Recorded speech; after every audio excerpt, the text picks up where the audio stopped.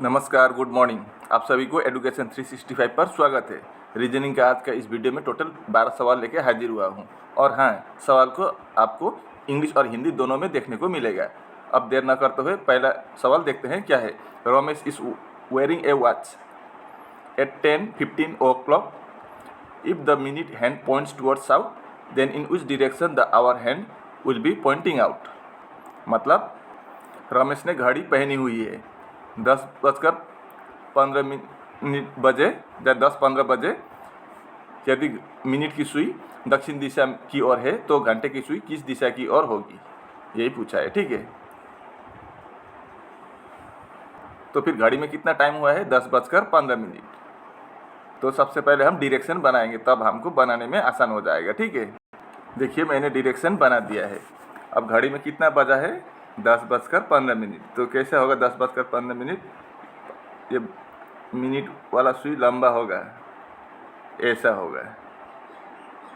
ठीक है, और घंटे का सुई कैसा होगा, 10 बजने पर आपका ऐसा हो जाएगा, छोटा होगा आपका घंटे का सुई। यहाँ आपका 12 होगा, यहाँ 6, यहाँ पर 3, यहाँ पर 9, यहाँ पर 4, 5, इधर 1 और 2 होगा घड़ी में, इधर 10 और 11, इधर 7 और 8, ऐसा होगा घड़ी। अब 10:15 पर ऐसा होगा। ठीक है, अब क्या बोला है आपका, यदि मिनट का सुई दक्षिण की ओर है। अब मिनट का सुई किस तरफ है, ईस्ट की तरफ, पूरब की तरफ है। अगर ये दक्षिण की तरफ हो तो आपका घंटे का सुई किस तरफ होगा, वही पूछा है। तो चलिए अब हम डायरेक्शन चेंज कर देते हैं। इधर दक्षिण बोला है, अगर इधर दक्षिण हो तो इधर क्या हो जाएगा, आपका उत्तर हो जाएगा। ठीक है, तो इधर आपका पूरब हो जाएगा, ईस्ट, और नीचे की तरफ पश्चिम हो जाएगा, वेस्ट। अब ये घंटे का सुई इधर है, तो इस डायरेक्शन को क्या बोलेंगे, आपका ईस्ट और नॉर्थ के बीच में। इधर नॉर्थ है, इधर ईस्ट है। ईस्ट, नॉर्थ और ईस्ट के बीच में क्या होता है, नॉर्थ ईस्ट होता है। तो आपका नॉर्थ ईस्ट को क्या बोलते हैं, उत्तर पूर्व। यानी कि आपका सी ऑप्शन में उत्तर पूर्व दे रखा है, तो आपका सी ऑप्शन सही जवाब होगा। उम्मीद है कि आप इसको अच्छी तरह से समझ गए होंगे। अब देखते हैं अगला सवाल क्या है। How many squares are there in the given figure? इस दिए गए फिगर में कुल कितने स्क्वायर से वही निकलना है। अब इसको हिंदी में पढ़ता हूँ। दी गई आकृति में कितने वर्ग है, तो अब हम इसको निकालेंगे। ठीक है, तो इसका फार्मूला क्या है, अब हम 1 2 3 करेंगे। इधर 1, ये बड़ा वाला करेंगे, बीच का छोटा वाला छोड़ देंगे फिलहाल। 2 3, इधर भी 1 2 और 3, ऐसा है। तो इसका क्या करेंगे हम, 1 square plus 2 square plus 3 square कर देंगे। 1 स्क्वायर का मतलब 1 प्लस 2 स्क्वायर का मतलब 4 प्लस 3 स्क्वायर का मतलब 9। अब इन तीनों को प्लस करने पर 1 प्लस 4 5 प्लस 9 14 होता है। ठीक है, अब अंदर वाला गिनती करेंगे। 1 2 3 4, तो यहाँ पर फिर प्लस 4 कर देंगे, तो 14 प्लस 4 कितना होता है, 18। तो आपका डी ऑप्शन सही जवाब होगा। इस आकृति में कुल मिलाकर 18 वर्ग है। ये रहा अगला सवाल। Find the missing number in the following question. निम्नलिखित प्रश्न में लुप्त संख्या ज्ञात कीजिए। तो आपका मिसिंग नंबर यहाँ पर है क्वेश्चन मार्क, तो यहाँ पर क्या आएगा वही हम पता करेंगे। अब यहाँ पर किस तरह का लॉजिक है देखिए। हम पहले इस लाइन को बनाएंगे, फर्स्ट लाइन को। ठीक है, तो बीच में बड़ा नंबर है तो हम साइड साइड से बनाएंगे, इस साइड का और इस साइड का इधर उधर करके भी, प्लस माइनस डिवाइड इंटू कुछ भी कीजिए, लेकिन बीच वाला साइड वाला 2 नंबर से हम बीच वाला नंबर बनाएंगे। तो साइड वाला पहला आगे का 8 है, पीछे का 9 है। अगर हम 8 इंटू 9 कर देंगे तो कितना आएगा, 72 आएगा। अब हम 72 को 2 से डिवाइड कर देंगे तो 36 आ जाएगा। तो यही 36 है ये। अब उसी तरह से दूसरा भी बनाएंगे।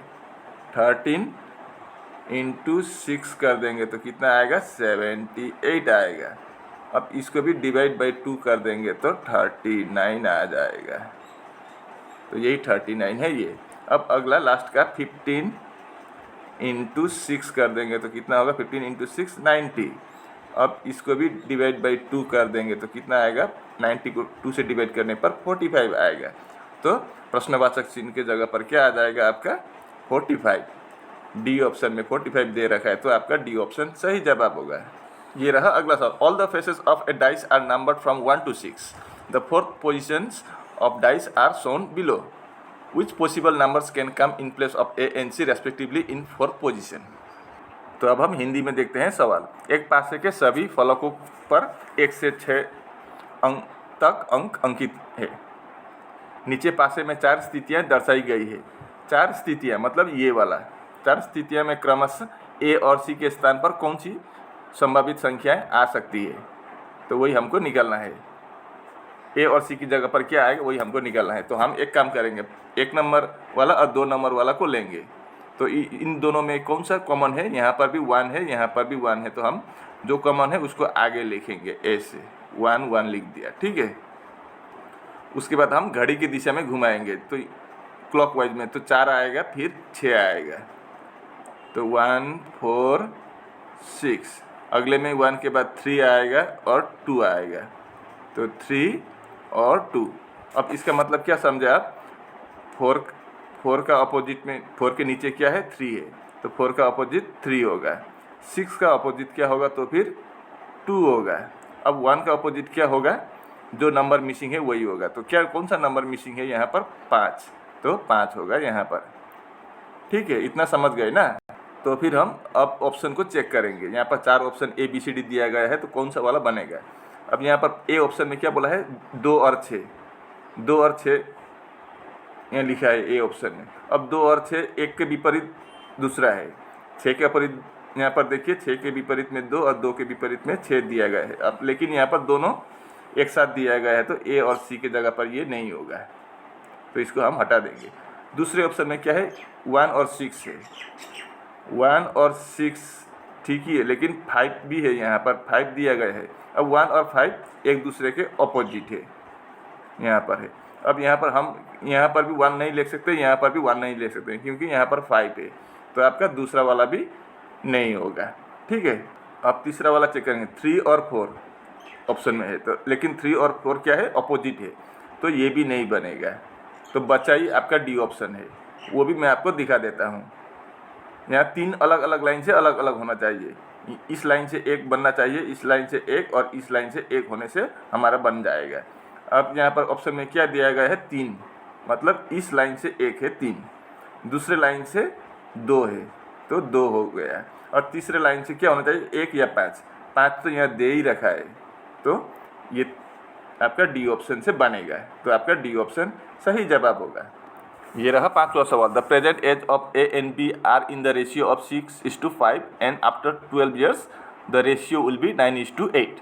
Then what is the present age of B. मतलब ए और बी की वर्तमान आयु 6:5 के अनुपात में है, और 12 साल या 12 वर्ष बाद ये अनुपात 9:8 हो जाएगा। तो बी का वर्तमान आयु क्या है, अब बी का आयु हमें पता करना होगा, ठीक है। वैसे क्या बोला है, ए और बी का वर्तमान आयु क्या है, 6:5 में है। तो हम एक काम करेंगे, ए का आयु हम 6x पकड़ेंगे और बी का आयु हम 5x पकड़ेंगे। अब यहाँ पर क्या बोला है, 12 वर्ष बाद ये उन लोग का आयु क्या होगा, 9:8 अनुपात में आ जाएगा, ठीक है। तो फिर हम एक काम करें, ए का आयु कितना है फिलहाल 6x है, तो हम 6x के साथ 12 साल बाद होगा, तो यहाँ पर +12 कर देंगे। और इधर 5x बी का आयु, इसमें भी हम 12 साल बाद होगा, तो दोनों का 12 साल बाद होगा, तो आपका दोनों साइड +12 करना होगा।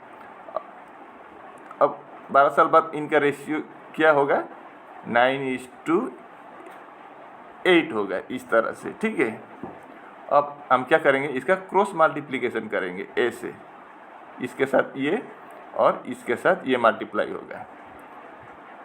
तो फिर मैं इसको ऊपर कर देता हूँ, यहाँ पर लिख देता हूँ, ठीक है। तो 9 के साथ 5x + 12 होगा, इक्वल टू 8 6x + 12।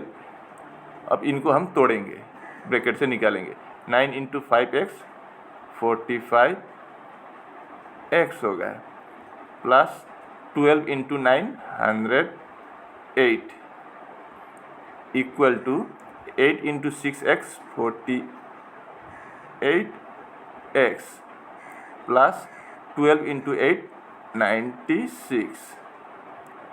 ठीक है, अब मैं इसको यहाँ नीचे दिखाता हूँ आपको। अब हम x को एक साइड करेंगे और नंबर को अलग साइड करेंगे। तो इधर 45x है, लेकिन ये 48x हम आगे लाएंगे तो -48x हो जाएगा इक्वल टू 96।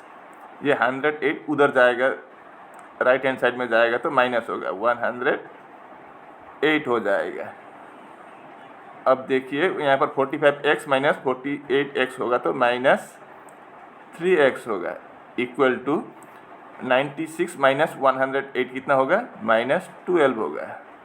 तो माइनस हम काट देंगे तो कितना आया आपका 3x इक्वल टू 12 आया। तो x का वैल्यू कितना होगा, 3x से अगर 12 हो तो x का वैल्यू 4 होगा। ठीक है, अब b का आयु, वर्तमान आयु कितना बोला था, 5x। तो फिर हम 5 से मल्टीप्लाई कर देंगे x को, तो 5 इंटू 4 20, यानी कि आपका b का वर्तमान का आयु कितना होगा, तो फिर 20 साल होगा। आपका सी ऑप्शन सही जवाब होगा। उम्मीद है कि आप इसको अच्छी तरह से समझ गए होंगे। अब देखते हैं अगला सवाल। कंप्लीट द एनालॉजी, सादृश्य पूरा कीजिए। तो 29:61 है, 41 क्या होगा, और इधर 15:33 है।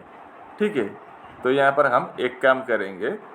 देखिए यहाँ 29 को से इधर लाना होता है, इंटू 2 कर देंगे। 29 इंटू 2 कितना होता है, 58। तो मैं ऐसे अलग तरह से दिखा देता हूँ, ऐसे नहीं। 29 इंटू 2 कर दूंगा तो कितना आएगा, 58। ठीक है, अब 58 में मैं +3 कर दूंगा तो 61 आ जाएगा। अब इसको चेक करेंगे तीसरा वाला, तभी हम कंफर्म होगा। तो इधर कितना है आपका 15 है, तो 15 में भी हम इंटू 2 कर देंगे तो 30 आ जाएगा। अब पहले का जैसे यहाँ पर इंटू 3 किया तो यहाँ, अब सॉरी +3 किया, यहाँ पर भी +3 करेंगे तो 33 आ गया। तो उसी तरह से हम 47 का भी बनाएंगे। 47 इंटू 2 करेंगे तो कितना होगा, 94।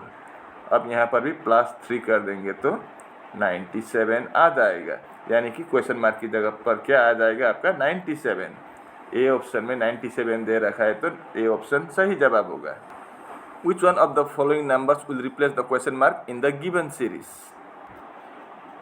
निम्नलिखित में से कौन सी संख्या दी गई श्रृंखला में प्रश्नवाचक चिन्ह के स्थान पर आएगी। मतलब यहाँ क्वेश्चन मार्क की जगह पर क्या आएगा वही हमको पता करना है। अब पहले हम डिफरेंस देखते हैं। यहाँ से यहाँ कितना है, +2 का है। यहाँ से यहाँ कितना है, +4 का है। यहाँ से यहाँ क्या है, +2 है। तो अगला क्या, हम +4 कर देंगे। तो +4 करने पर 113 है होगा। ऑप्शन में भी 113 है। तो अगला यहाँ से यहाँ, लेकिन प्लस कितना है, 14 का डिफरेंस है। तो इस तरह से, इस लॉजिक से ये आपका नहीं बनेगा। तो यहाँ पर कोई दूसरा ही लॉजिक है, देखते हैं। यहाँ पर आपका प्राइम नंबर का खेल चल रहा है, यानी कि अभाज्य अंक या अभाज्य संख्या का खेल चल रहा है। 101 के बाद अगला प्राइम नंबर या अभाज्य अंक क्या होता है, 103। 103 के बाद 107, 107 के बाद 109 होता है। 109 के बाद 111 नहीं होता है, क्योंकि 111 को हम 3 से डिवाइड कर सकते हैं, तो 111 नहीं होगा।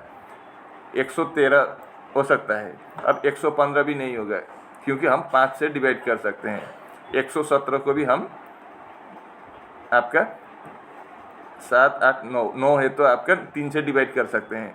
119 को भी हम 7 से डिवाइड कर सकते हैं। तो इन चारों में से आपका 113 ही ठीक बन रहा है। तो आपका क्वेश्चन मार्क की जगह पर क्या आ जाएगा, 113, यानी कि आपका बी ऑप्शन सही जवाब होगा इस सवाल का। अब इस सवाल को देखिए, ये इंटरेस्टिंग सवाल है। In a row of student all facing the north, A is 12 from the left and B is 18 from the right. If their position are interchange B becomes 14 from the right, what is the total number of student in the row. मतलब उत्तर दिशा के सम्मुख छात्रों के एक पंक्ति में ए बाएं से, मतलब ए लेफ्ट साइड से कितने नंबर पर है वही हमको पहले देखना होगा। ठीक है, कितने नंबर पर है ए, इधर लेफ्ट साइड से आपका 12वें स्थान पर है। 12वें स्थान पर कौन है, ए है। और बी दाएं से 18वें स्थान पर है। इधर से देखें तो दाएं से बी का स्थान यहाँ पर कितना स्थान पर है, 18वें स्थान पर है। ठीक है, यदि उनके स्थान आपस में बदल दिए जाए, उनका स्थान आपस में बदल देने पर क्या होगा, बी यहाँ होगा और ए यहाँ होगा। ये हो गया। आपस में बदल देने पर क्या होगा, बी दाएं से 14वें स्थान पर हो जाएगा, तो पहले 18वें स्थान पर था। अब हमने क्या किया, उनका स्थान आपस में बदल दिए, तो अब उसका दाएं तरफ से कितने स्थान पर हुआ, इधर से गिनने पर अब 14वें स्थान पर उसका स्थान हो गया। ठीक है, तो छात्रों की कुल संख्या कितनी है वही हमको निकालना है। तो ये आसान हो जाएगा। पहले ए यहाँ था, तो यहाँ कितने नंबर का पोजीशन है, 12 नंबर पोजीशन पर ए है और बी 18 पर है। लेकिन उन दोनों ने क्या किया, आपस में उन लोग का सीट चेंज कर दिया, तो बी यहाँ आया। अब बी का स्थान यहाँ आने पर कितना हुआ, 14 हुआ है।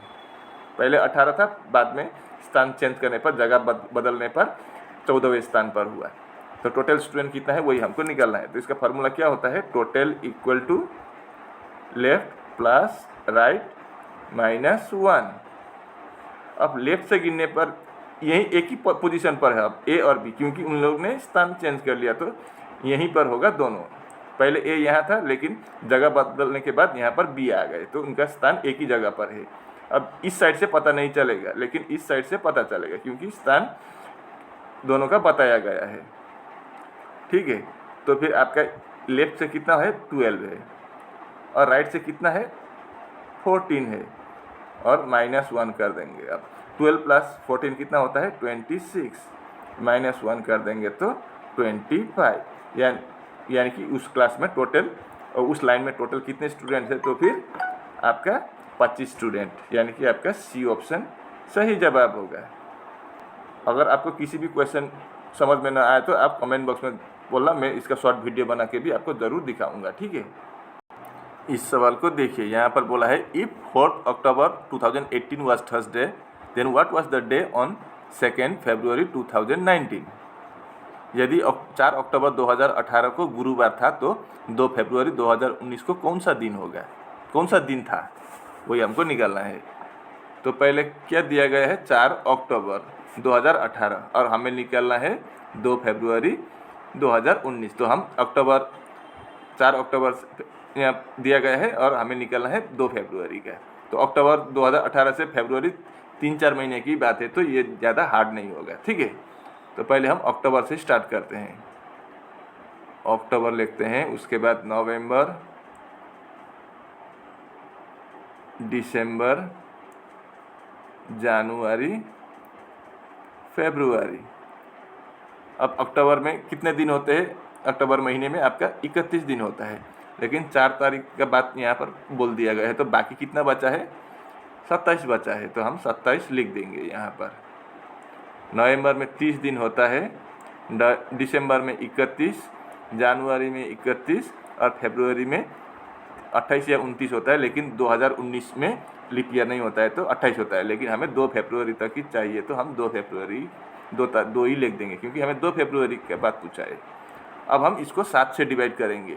7 से क्यों बोले, तो हफ्ते में 7 दिन होता है, इसलिए हम इनको 7 से डिवाइड करेंगे तो हमें आसानी से बनेगा, नहीं तो इतना बड़ा बड़ा नंबर प्लस करने पर कभी कभी गलत हो जाता है। ठीक है, इसलिए हम पहले हम छोटा कर देते हैं 7 से डिवाइड करके। अब 7 × 3 21, अब रिमाइंडर कितना बचा है, 6। अब 7 × 4 28, कितना बचा है, 2।